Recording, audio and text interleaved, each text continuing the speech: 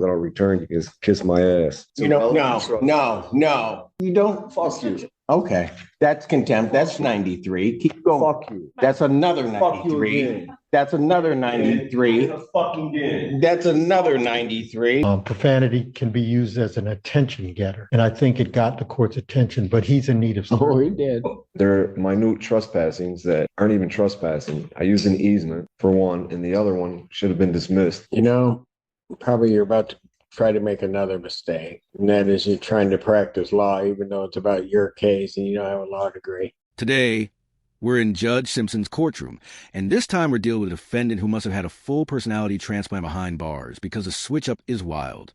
Last time he was here, he mouthed that off at the judge like he was auditioning for world's angiest inmate, dropping attitude left and right, like it was buy one, get one free. Now he's back looking like a man who's been humbled by fluorescent lights, cold metal beds, and meals that legally qualify as edible.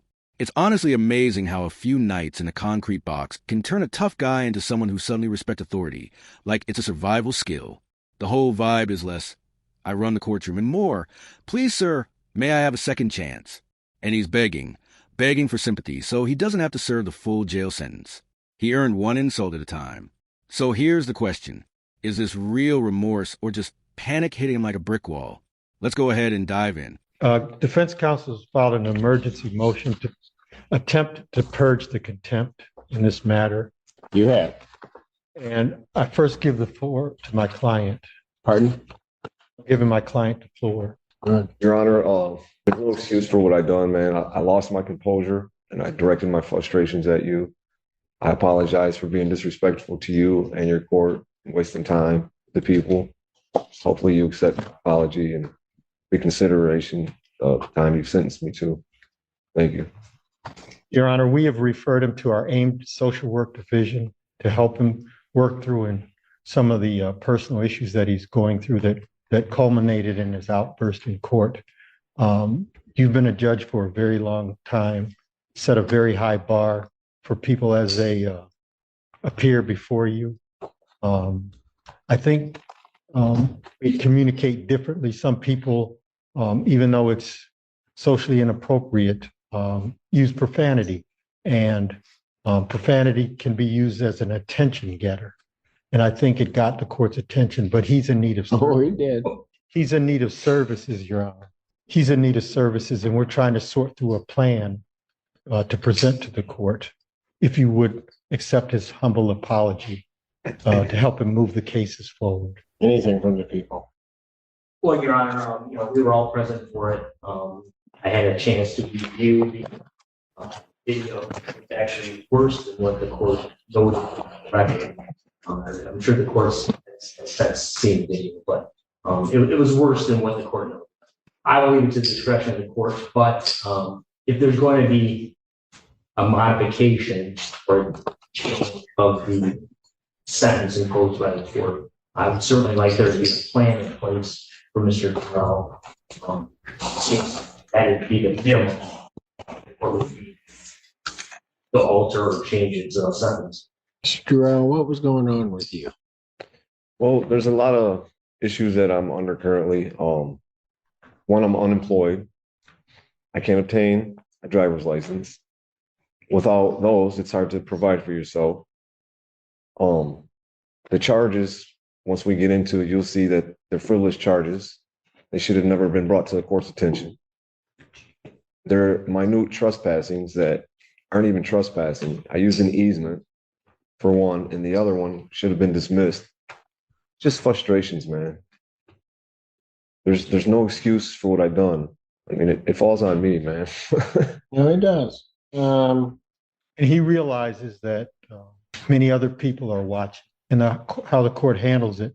We're hopeful that others won't use this as an example to act out as well. Well, but from the very beginning, the one thing that, as Mr. Brown correctly points out, I've been doing this a minute. And, Mr. Terrell, you were in my court, and I watched you because you were sitting in the back. You were sort of a dichotomy of things, because as you sat back in the back of the courtroom, you sat there very respectful. You did everything. You sat in that back row, just patient as all could be. When you came up, you again, initially it was fine. You were maybe upset by the charges, but a lot of people were like that. I could overhear, just so that you understand what I was trying to do, as you were talking to your attorney, that you didn't have a phone, you didn't have email, that you weren't going to be able to have adequate time. I would have just normally set it 2 weeks out, then whatever. So this defendant showed up to Judge Simpson's courtroom before, and let's just say the hearing went downhill faster than a car with no brakes. He let off a rapid-fire streak of insults 10 in a row, like he was speedrunning Kim Temp charges. And every single time he did it, the judge calmly stacked more jail time on top. By the end of the meltdown, he had racked up 558 days behind bars, all because he couldn't keep his mouth closed for 10 seconds. Now, fast forward today, and suddenly he's in front of the same judge with the emotional energy of a kid caught stealing candy, nervous, apologetic, and hoping nobody remembers what he did. The switch-up is almost impressive. 1 minute, he's playing the toughest guy in the building. The next, he's shaking and begging for a bond motion so he can get out early. And of course, here come the excuses. I wasn't in the right state of mind. I had things going on. I didn't mean it, as if those somehow undo a full-blown courtroom meltdown. But this wasn't a one-time slip. This was repeated behavior after repeated warnings. And he still kept going like he thought consequences were optional. Even his attorney hinted that people are watching this case, which honestly just makes the situation worse for him. That's exactly why you can't let someone curse at a judge 10 times in a row and then walk out like it's no big deal. Because then everyone thinks court is a suggestion, not a system. Actions have to mean something. And honestly, this judge is a perfect example of why consequences exist. He wanted to act like he was above the law, and now he's realizing the law doesn't bend just because you change your tone the second time around. I was trying to give more time, not to delay it, Yeah. but to try to make sure that if you had to get in touch with Miss Pirney by letter, you guys had to do that or do whatever, Yeah. See, I was thinking that about the other. there be time for that to happen. And that seemed to aggravate you, but I think, when I look at it, you were aggravated because you thought the system was kind of dragging out. Yeah. But I was doing that for your benefit. My apologies. I'm again misunderstood. And so then when you wanted me to, then you wanted it done sooner. So then I said, okay, I'll move. I just said, well, move up to date. I didn't know it wasn't going to be helpful for you, but what the heck? And then that's when you went off. I did. I've had people go off in front of me before. Doesn't bother me. It's going to happen, I guess. But you just got yourself worked out to the point that as you were headed down and out, I'm just thinking, I don't know why you want to battle. It's a battle you can't win. Silly me. Yeah, silly, stupid. There's a lot of words. Maybe start with that because it didn't make any sense. And I'm going to tell you something. And I'm not saying this to embarrass you because you're in good hands with the folks at the public defender's office. You need a break, right? Yes, sir. You need something to go in your direction. Yes. Yeah. And it seems everything, you can correct me if I'm wrong, everything you had been doing, none of it was quite working out. Trying to get rid of stuff. This was one of the things you wanted it done and gotten rid of so you could try to move on to that next thing. Absolutely. And I'm not saying this again, I'm not saying this to embarrass you, but sometimes things get tough. Get yourself wound up, get to a point, and then for a brief moment you regret it. You're not sure where to head. Am I right? Yeah, sometimes. And I think even that day, for a brief moment, you regretted what had happened. Absolutely. As soon as I said it, but I was fueled. And it's because when you got back there and all of a sudden that door shut behind you and locked up, you realized something. Oh, man. Yeah. And as it was described to me, right or wrong, you were sort of laying there on the floor crying. Wrong. I was sorrowful. Look. I may or may not have. No, I don't listen, recall. just listen. There's no embarrassment there. Mhm. There's not. I got it reported to me Right. because I was worried about you. I Right. didn't. Nobody was trying to say to embarrass you or do anything. You had gotten yourself to a certain point. Something got out of control. And now you had to figure, You took a circumstance that was kind of bad, made it even worse. Now you have to figure out how to get out of that. Right. Absolutely. Yeah, for sure. You had left here that day. You don't have a place to stay, do you?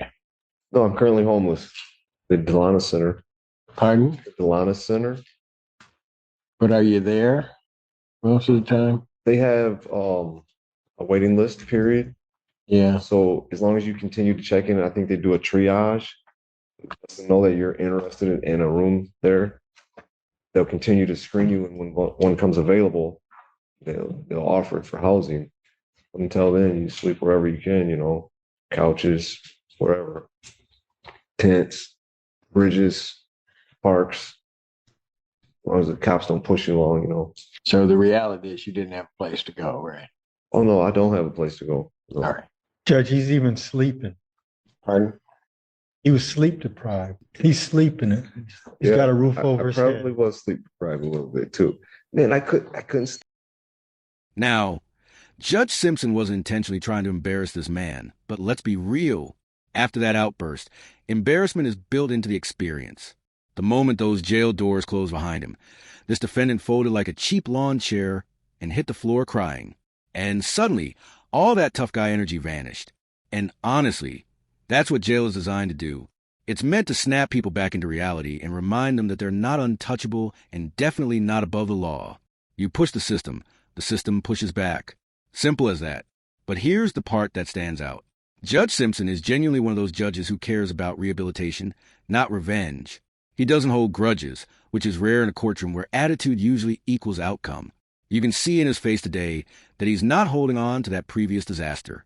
He's laughing about it now, treating it like a ridiculous moment instead of a reason to crush the guy.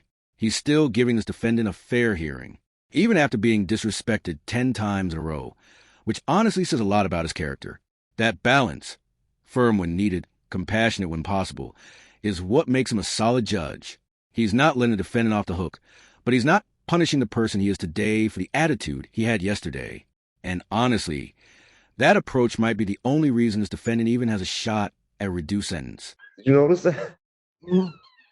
Couldn't, man. I just thought it was my relaxing voice and personality. Mr. Allen, actually today, you look a whole lot better than you did that day. Thank you. I feel better too. Before you came in, when was the last time you ate? I ate probably the day before. So you hadn't eaten that whole day. No, I actually went to eat, but I didn't have enough time to jump on the bus and come back, so I skipped it. I think I may have had some donuts for breakfast, though. Okay. I think I may have. What do you think I would do with you after what you did? And you can do anything you want with me, Your Honor. Oh, I know I can. What I would like you to do for me is to let me go, and we'll have continued scheduling of the September 4th date. You'll see that I've told you the truth about the charges that are pending. They'll probably even get thrown out by then. Pardon? Once the prosecutor reviews them, they should probably get thrown out. Well, probably you're about to try to make another mistake, and that is you're trying to practice law, even though it's about your case and you don't have a law degree. Why don't you leave it to the experts that are around you? And, Yeah. sounds good. I think he's suggesting that you suspend or hang it over his head. The contempt, if Okay, not was that we sent him in? purge, Your Honor. I got it here and here. It was the 7th. Today's the 5th. No, set him for September. No, I know I set him for September, but I said sentence. Can't just let you walk away from it. What you did is, so that you understand, this really isn't about you or me. It's about you, Yeah. but it isn't about me. You can say all those things you want, but the one thing in the past 25 years I will tell you, I do not let people just disrespect this institution and walk away. It won't happen with me, and I'm sure Mr. Brown has told you that. I just don't. Okay. I understand, however, and balance that against sort of where you are and what you're trying to do. So we're currently set for September 4th at 9 a.m. What I'm going to do regarding the contempt, I will grant to a certain extent the motion, and I'm going to reformulate the 558 days that you talked yourself into. And when you're back there thinking, think about this, how you took a case with a maximum 30-day sentence and parlayed that to 558 days. Oh, goodness. So what I'm going to do is take the 558 days. I will indicate defendant is to serve 93. I will give him credit for the 6 that he's been in and suspend at this time the balance. Thank you. When we come back, so it's down to 93 now. When we come back on the 4th, I'll consider whatever else I might do regarding that sentence. Thank you, Your Honor. Whether or not you serve the rest of it is going to be dependent upon your behavior, how you come into court. I don't ask anybody to, talk up to me. They don't have to like me. That's not my job. I'll tell you what, I like this Jarrell better than that other one I saw. Right. So let's just keep that up. You'll at least, and I don't like doing it this way, and I don't like saying it, you'll have a place, right? You're going to be eating regularly, and you're going to be looking a whole lot better, I think. I don't like doing it this way, but Right.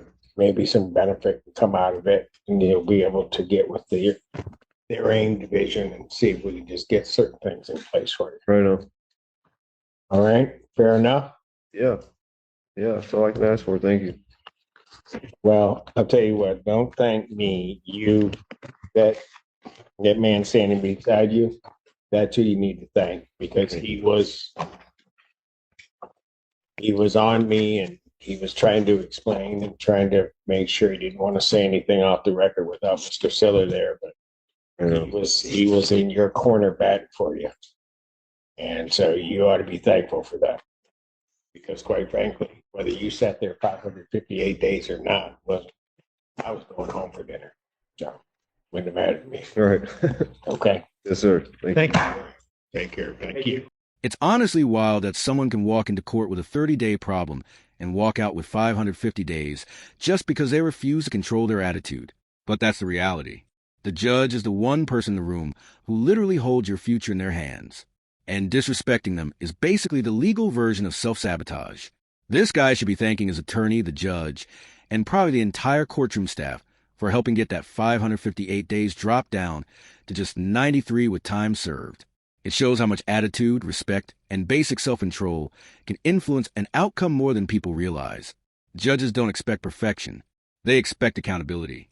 And when you come in showing respect, owning your actions, and actually acting like you want to do better, they notice. But here's what I want to know. Do you think he should have served the full 558 days?